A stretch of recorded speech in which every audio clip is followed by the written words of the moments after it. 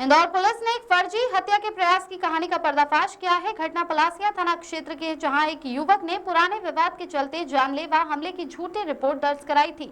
Police द्वारा जांच में सामने आया कि युवक ने खुद ही अपने हाथ पर चाकू से चोट पहुंचाई थी और फिर इसे हमला बताकर दूसरों को फंसाने की साजिश रच डाली थी।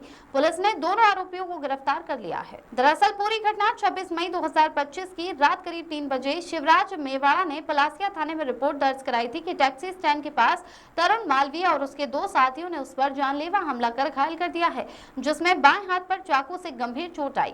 पुलिस ने शिवराज की शिकायत पर तरुण मालवीय और दो अज्ञात साथियों के खिलाफ मामला दर्ज कर लिया था। चोट की मेडिकल जांच भी करवाई थी। वहीं पूरे मामले को गंभीरता से लेते हुए जांच शुरू की गई। बारीकी से जांच शुरू की गई थी, जिसमें खुलासा हुआ कि घटना के समय आरोपी तरुण मालवीय शुजालपुर में मौजूद था। इसके बाद फरियादी शिवराज और उसके मित्र नरेंद्र मेवाड़ा से अलग अलग पूछताछ की गई, जिनके बयान आपस में मेल नहीं खा रहे थे। जांच में जब शिवराज का मोबाइल फोन चेक किया गया तो उसमें पूरी घटना फर्जी पाई गई थी। फर्जी रिपोर्ट करने और निर्दोष को फंसाने की साजिश को गंभीरता से लेते हुए अब पुलिस शिवराज मेवाड़ा और नरेंद्र मेवाड़ा के खिलाफ झूठी एफआईआर दर्ज करने, साजिश रचने और पुलिस को गुमराह करने के आरोप में कार्रवाई की गई है। एक और घटना संज्ञान में आई हुई थी 26 तारीख की दरमियानी रात लगभग 3:30 बजे एक फरियादी शिवराज मेवाड़ा थाना पहुंचा हुआ था। उसके द्वारा बताया गया कि वो अपनी बुआ की लड़की के घर पे पढ़ाई कर रहा था रात में और वहां से लौट रहा था। रास्ते में एक तरुण नाम का व्यक्ति जो पूर्व से इसका परिचित है वो मिला। उसके दो साथीदार मिले, उनके द्वारा उसके साथ में बदतमीजी की गई, गाली गलौज किया गया और किसी धारदार हथियार से उस पर चोट पहुँचाई गई है।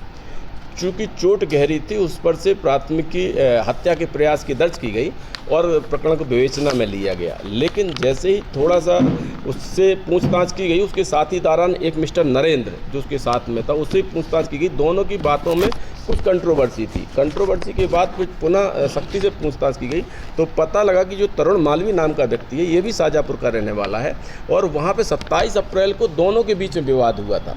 उसमें से नरेंद्र और शिवराज के द्वारा इनके साथ मारपीट की तरुण के साथ में। तरुण के द्वारा वहाँ पे एफआईआर करवा दी गई थी, तो उसके द्वारा तरुण को फंसाने के लिए ऐसा कृत्य किया गया है। तो वो जब ये तथ्य सामने आया तो पूछताछ में और पूछा गया कि आखिर उसके द्वारा इस चोट कैसे पहुंचाई गई है। तो उसका भी एक बड़ा रहस्य निकला। देर रात में ये अपने किसी फ्रेंड्स की से बात कर रहा था, उससे कुछ तू मैं हो गई तो उसको डराने के लिए और ख़ुद को चोटिल किया गया इसके द्वारा। यहाँ तक कि हमने जब इसके मोबाइल को सर्च किया तो उसके व्हाट्सएप में वो फ़ोटो भी मिली जो इसके द्वारा सेंड की गई उस टाइम तक।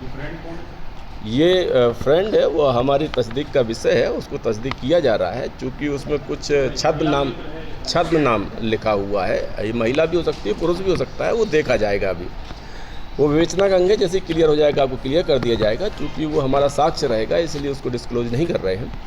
फिर देखने में ये आया कि उसके द्वारा जिस चीज़ से चोट पहुंचाई गई थी, घटनास्थल का निरीक्षण किया गया, वहाँ पे भी बहुत सारे साक्ष्य मिल गए और अंततः शिवराज के द्वारा इस चीज़ को स्वीकार कर लिया गया कि उसके द्वारा ऐसे आकर के। फिर हॉस्पिटल से भी तस्दीक की गई। सबसे पहले CHL पहुँचे थे। CHL के डॉक्टर के द्वारा बताया कि इसकी MLC सूचना भेजनी पड़ेगी और इसमें इतना खर्च आएगा। तो फिर इसके बाद ये सीधे थाना आ गए ताकि ये MIH में अपना इलाज करवाएं और इनका दो पंथ हो जाएंगे। एक तो खर्च भी नहीं लगेगा और दूसरा जो इनका दुश्मन है वो भी इसी वारदात का शिकार हो जाएगा। तो ऐसी एक घटना आई थी जिसका बड़े तहकीकात करके बड़े ही बारीकी से इस तथ्य का खुलासा किया गया है और जो निरपराधी लोग थे उनको इस बड़े भारी अपराध से बचाया गया है। तो ये ACP संयुक्तागंज इनकी टीम के द्वारा बड़ा अच्छा काम किया गया है ताकि निरपराधी लोग नहीं फंसे, क्योंकि बहुत ही गंभीर मामले पर प्राथमिकी दर्ज की गई थी। वो चाहे दोनों आरोपी गिरफ्तार कर लिए गए हैं, पुलिस अभिरक्षा में है। सारे साक्ष्य जितने भी डिजिटल साक्ष्य हैं, जितने भी अन्य साक्ष्य वो सभी संकलित किए जा रहे हैं। प्लानिंग जो थी सर, कोई शो देख के इन्होंने प्लानिंग करी थी इस तरह की या किस तरीके से पूरी प्लानिंग करी थी, जिसको बता दें? इसमें बेसिकली शुरुआती दौर में इसकी मंशा ऐसी प्रतीत नहीं हुई है, लेकिन धीरे धीरे जब इसकी चोट गहरी थी, जब डॉक्टर ने कहा कि इसमें 25-27 हज़ार रुपये खर्च आएगा, गहरी चोट है, इसमें टाँके लगेंगे और इसकी पुलिस को सूचना दी जाएगी, तब इसको लगा कि गहरी चोट भी है, पैसा भी खर्च हो रहा है और फ्रेंड से भी विवाद हो गया और एक दुश्मन टारगेट पे था ही।